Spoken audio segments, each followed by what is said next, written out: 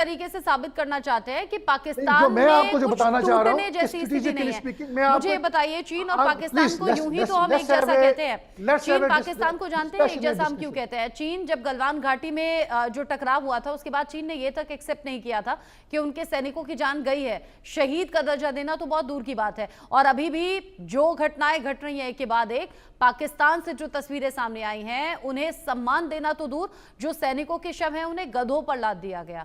किसी भी मुल्क के लिए ये कितना ज्यादा शर्मनाक है, आप सोच सकते हैं। देखिए, उसकी वजह यह है कि वो गधों पे वाली जो बात आप कह रहे हैं उसकी बुनियादी वजह क्या है। मैं उस इलाके में, केपी का जो इलाका है, बॉर्डर रीजन है, मैं उसमें वहां पे खुद गया हूं। उस इलाके में आपकी कोई गाड़ी चल ही नहीं सकती।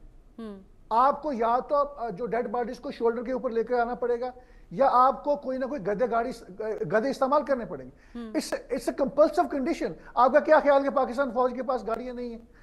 ये मजबूरी है। वो this is a zigzag terrain. यानी आप हर एक्सक्यूज का जवाब दे देंगे। उसका जवाब एक तरीके से मैं आपको दूं, लेकिन जम्मू कश्मीर से भी सुनिए ना जावेद राणा जी, जम्मू कश्मीर से भी और हिंदुस्तान के अलग अलग जो पहाड़ी इलाके हैं वहां भी ऐसा नहीं है कि यहाँ पर हर जगह रोड है। यहाँ पर भी दुर्गम इलाके हैं, यहाँ पर भी पहाड़ों के बीच में रास्ते हैं जो जिगजैग भी है और जहां चलना आम लोगों के लिए भी मुश्किल है। बर्फबारी भी खूब हो जाती है, लेकिन वहां से भी तस्वीरें निकलकर सामने आती हैं। जब जहां मुश्किल कंडीशन में कोई फंसता है ना, तो सेना के जवान भी और आम लोग भी कंधों पर लाद कर लोगों को ले जाते हैं वक्त पर, ताकि उनका इलाज हो सके। या फिर किसी भी तरह की इमरजेंसी सिचुएशन में गधों का इस्तेमाल तो बिल्कुल नहीं होता। और शहीदों को किस तरीके से यहां सम्मान दिया जाता है, वो तस्वीरें दिखाने और बताने की जरूरत नहीं है।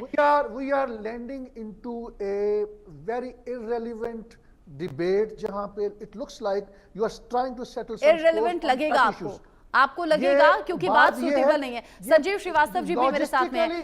संजीव श्रीवास्तव जी, पाकिस्तान में जो हालात बने हुए हैं और जैसे I will leave this discussion. Let me finish. Logistically, it is not possible. It could not have been done.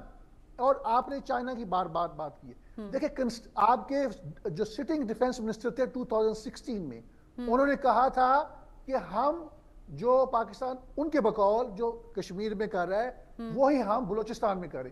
Admitted fact है कि हिंदुस्तान जो है बलोच इंसर्जेंसी को जो है फंडिंग भी कर रहा है, हवा भी दे रहा है। अब जहां पे उसकी वजह क्या है कि चीन जो हिंदुस्तान जो है वो इस वक्त अमेरिका के हाथ में खेल रहा है, चीन की कंटेनमेंट पॉलिसी के ऊपर। That is a real problem.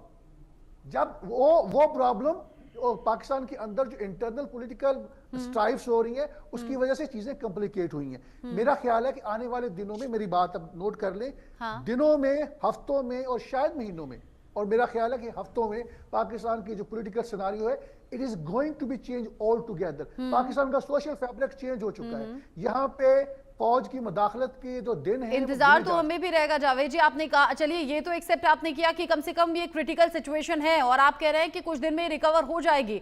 तो पड़ोसी देश के लिहाज से हम तो अच्छी नजर से ही देखेंगे और चाहेंगे भी कि वो जो सिचुएशन है जो आउट ऑफ कंट्रोल है वो कंट्रोल में आ जाए, आम लोगों के लिहाज से भी, और वहां जो फौज के सैनिकों की निर्ममता से हत्या हो रही है उसके लिहाज से भी। क्योंकि जब वहां इस तरह की घटनाएं होती हैं, अभी जो बॉम्ब ब्लास्ट हुआ क्वेटा रेलवे स्टेशन पर, दिल हमारा भी दुखा था। तो हम ये नहीं चाहते कि बर्बाद हो जाए पाकिस्तान, लेकिन हाँ, सरकार जरूरी कदम उठाए। अब मेरे साथ में संजीव श्रीवास्तव जी हैं, उनसे मैं आगे सवाल करूं उससे पहले एक अपडेट है। पाकिस्तान में अल्पसंख्यकों का जीना दुश्वार हो गया है। पाकिस्तान में 10 साल की जो हिंदू बच्ची है